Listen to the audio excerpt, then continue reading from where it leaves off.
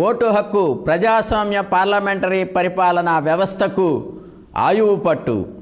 మన దేశంలో స్థానిక సంస్థల నుండి అసెంబ్లీ, లోక్సభ, రాజ్యసభ, రాష్ట్రపతి ఎన్నికల వరకు ఓటర్ ఎవరైనా ఓటే కీలకం.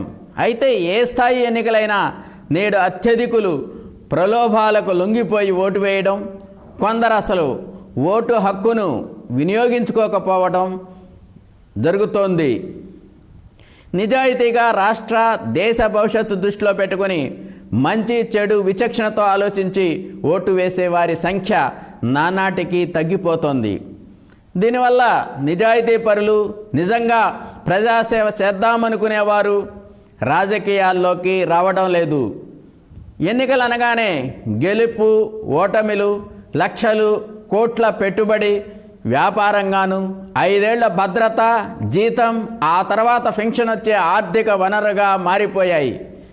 అందువల్లనే నేడు ఎన్నికలు చాలా ఖరీదైపోయాయి. ఒక స్థాయిలోని ఓటర్లు ఎన్నికలను పెద్ద పండుగలుగా భావిస్తున్నారు అంటే అతిశయోక్తి కాదు. ఎన్నికల సంఘం ఎన్ని నిబంధనలు పెట్టినా నిరోధించడం అసాధ్యమవుతుంది. అందుకు పాలకపక్షం అండదండలు ఉండడం కూడా కొంతవరకు కారణం కావచ్చును. ఓటర్లను ప్రలోభ పెట్టడంలో గ్రామీణ, పట్టణ, నగర ప్రాంతాల పరంగా కొద్దిపాటి తేడాలే తప్ప నేడు దాదాపు ప్రజలందరూ ఏదో ఒక విధంగా ప్రలోభాలకు లోనవుతున్నారు. ముఖ్యంగా దక్షిణాది రాష్ట్రాలలో ఈ ప్రలోభాలు, ఉచిత సంక్షేమ పథకాలు స్థాయిని మించిపోయి రాష్ట్రాల అభివృద్ధి, ఆర్థిక వ్యవస్థపై తీవ్ర ప్రభావం చూపుతున్నాయి. అప్పుల ఊబిలో కూరుకుపోతున్నాయి. తన కుటుంబం గురించి తప్ప రాష్ట్రం, దేశం గురించి ఆలోచించలేని సాధారణ ఓటరు ఇప్పుడు ఎన్నికలలో కీలక పాత్ర పోషిస్తున్నాడు. తెలుగు రాష్ట్రాలలో ప్రభుత్వ ఉద్యోగులతో సహా నేడు అధిక శాతం ఓటర్లు ఏదో ఒక పార్టీకి లోపాయికారిగా అయినా సపోర్టుగా ఉండడం జరుగుతుంది. ఏ విధంగానూ రాజకీయ రంగు పులువుకొని ఓటర్ల సంఖ్య నేడు బాగా తగ్గిపోయింది. ఓటు హక్కును వినియోగించుకొని వారిలో ఇలాంటి వారే అత్యధికులుంటున్నారు. వీరు ఓటు హక్కును వినియోగించుకోకపోవడం వల్లనే రాజకీయ పార్టీలకు సామాన్య ఓటర్ను ప్రలోభపెట్టడం గురిచేసి తమకు అనుకూలంగా మలుచుకుంటే గెలుపు ఖాయమవుతుంది. అందుకే రాజకీయ పార్టీలు వారిపై కోట్లు కుమ్మరించడానికి అలవి కాని, అమలు కాని హామీలు, సంక్షేమ పథకాలు ప్రకటించడం అలవాటైపోయింది.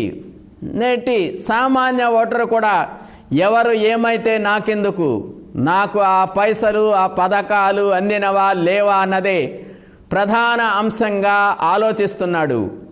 అందువల్లనే రాజకీయ పార్టీలు అధికారంలో ఉన్నప్పుడే సంక్షేమ పథకాల పేరుతో ప్రజాధనంతోనే ఓట్లు కొనుగోలు చేసేస్తున్నాయి. కులాలు, మతాలు, విద్యార్హతలు, వృత్తిపరంగానే కాక స్త్రీ పురుష ఓటర్లుగా విభజించి మరీ పథకాలు ఇస్తున్నాయి. ఈ ప్రలోభాలు మన ఆర్థిక వ్యవస్థను నాశనం చేస్తున్నాయి. ఎంతో కాలం ఇలాంటి పథకాలు ఇవ్వడం సాధ్యం కాదని, రాష్ట్రాల అభివృద్ధి కుంటుపడుతుందని లోక్సత్తా, ఆమ్ ఆద్మీ పార్టీ, జై భారత్ నేషనల్ పార్టీ వంటి రాజకీయ పార్టీలు పుట్టుకొచ్చినా ఆమ్ ఆద్మీ పార్టీ మాత్రమే 2 రాష్ట్రాలలో విజయం సాధించింది. ఆ రాష్ట్రాలలో ఫలితాలు చూపిస్తోంది కూడా. లోక్సత్తా పార్టీ పోరాడి ఓడిపోయింది. కొత్తగా ఇటీవల వచ్చిన జై భారత్ నేషనల్ పార్టీ ఎంతవరకు ప్రజాదరణ పొందుతుందో వేచి చూడాల్సిందే. అయితే ఒకటి నిజం, గతంలో సమాజంలో మనం అనే భావన ఉండేది. అప్పటి ఆ తరం పిల్లలు అదే వాతావరణంలో పెరిగేవారు. ఇప్పటి తరంలో సమాజం గురించి ఆలోచించేవారు బాగా తగ్గిపోయారు. మనం అన్న భావన పోయి నేను అన్న భావన వచ్చింది. నేను బాగుంటే చాలు, ఇతరులు ఎలా ఉంటే నాకేంటి అన్న స్వార్థపూరిత ఆలోచనలు పెరిగిపోయాయి. సమాజంలో అత్యధికులు ఎవరికి వారే తాము మాత్రం సేఫ్ జోన్లో ఉండాలని కోరుకుంటున్నారు. సమాజం సేఫ్ జోన్లో ఉంటేనే అందులో మనం ఉంటామన్న సామాజిక స్పృహ కొరవడింది. ప్రతి విషయంలోనూ నాకేంటి అన్న ప్రశ్న ఎదురవుతోంది. ఆ ప్రశ్న మానవ సంబంధాలనే మార్చేసింది.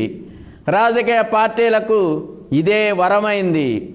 ఓటరు నాకేంటి అంటే ఇదిగో నీకు ఇది అనగానే సంతృప్తి చెందిన ఓటర్లు మరో ఆలోచన లేకుండా వారికే ఓటు వేస్తున్నారు. అందుకు ప్రభుత్వ ఉద్యోగులు, పారిశ్రామికవేత్తలు, వ్యాపారవేత్తలు, విద్యావంతులు కూడా అతీతులు కారు. రాష్ట్రంలో, దేశంలో మళ్ళీ తామే గెలవాలని కళంకిత రాజకీయ పార్టీలు పోటీ పడుతుంటే సమాజ అభ్యుదయవాదులు తలలు పట్టుకుంటూ కూర్చుంటున్నారు. నిరాశ నిస్పృహలతో కొట్టుమిట్టాడుతున్నారు. ఇటీవల జరిగిన తెలంగాణ రాష్ట్రంలోని అసెంబ్లీ ఎన్నికల్లో డబ్బు, మద్యం పట్టపగలే వికటాట్టహాసం చేశాయి. మళ్ళీ కొద్ది నెలల్లో లోక్సభకు సార్వత్రిక ఎన్నికలు జరుగుతుండటంతో అక్కడ నాయకులు ఆర్థిక భారం గురించి ఆలోచిస్తూ తలలు పట్టుకుంటుంటే ఆంధ్రప్రదేశ్లో అసెంబ్లీ, లోక్సభ రెండింటికి ఒకేసారి ఎన్నికలు జరుగుతుండటంతో రాజకీయ పార్టీలకు కొంత సౌలభ్యం ఉన్న అభ్యర్థులందరూ కోట్లు ఖర్చు పెట్టక తప్పదని ప్రిపేర్ అయ్యే ఉన్నారని అర్థమవుతోంది. ఓటరు కూడా చాలా కాలంగా అలవాటు పడిన తాత్కాలిక తాయిలాల కోసం ఎదురు చూస్తున్నాడు. సందర్భం వచ్చింది కదా అని ఓటరు కూడా మీకు నా ఓటే కీలకం, మీ రాజకీయ భవిష్యత్తును నిర్ణయించేది నా ఓటే, నేను లేకపోతే నువ్వెక్కడివి, నేనే కింగ్ అంటున్నాడు. రాజకీయ పార్టీలు మంచి చెడు విచక్షణ మరచి మళ్ళీ మేమే గెలవాలని తాయిలాలు ఇచ్చినంత కాలం ఓటరు కులం, పార్టీ, మతం, డబ్బు, మద్యం వంటి ప్రలోభాలకు లొంగిపోయి ఓటు వేసినంత కాలం ఈ ప్రజాస్వామ్య వ్యవస్థకు జీవం లేదు. ఎన్నికల రోజున ఓటరు సౌకర్యార్థం ప్రభుత్వం సెలవు దినంగా ప్రకటించిన నగరాలలో ఓటు హక్కు వినియోగించుకునేందుకు చాలామంది చదువుకున్న వారు, మేధావులు ముందుకు రావడం లేదు. అందుకు హైదరాబాద్ నగరంలో ఇటీవల జరిగిన అసెంబ్లీ ఎన్నికలే నిదర్శనం. అందుకు ఓటు పట్ల నిర్లక్ష్యం కావచ్చు, రాజకీయ వ్యవస్థ మీద ఉన్న ద్వేషం కావచ్చు, కారణం ఏదైనా ఓటు హక్కు వినియోగించుకోపోవడం ప్రజాస్వామ్య హననమే కాదు, బాధ్యత రాహిత్యం కూడా. వీరి వల్ల గెలుపు ఓటములు తారుమారవుతున్నాయి. ఇప్పటికే మద్యం, డబ్బు, ప్రలోభాలు గెలుపు ఓటమిలో కీలక పాత్ర పోషిస్తున్నారు.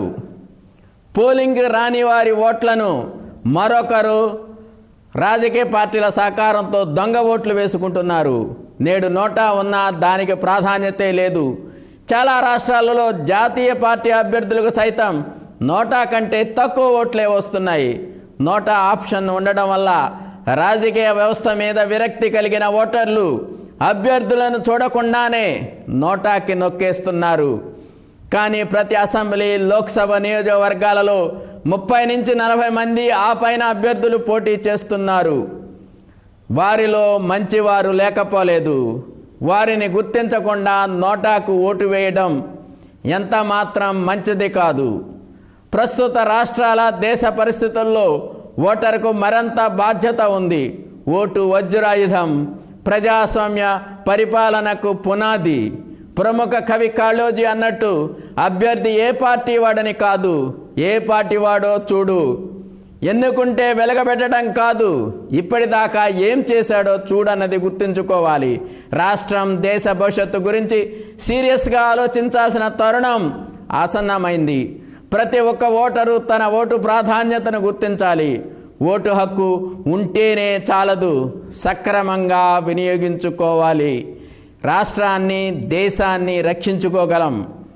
అందుకే ఓటరు మేలుకో, నిన్ను, నీ రాష్ట్రాన్ని, దేశాన్ని రక్షించుకో.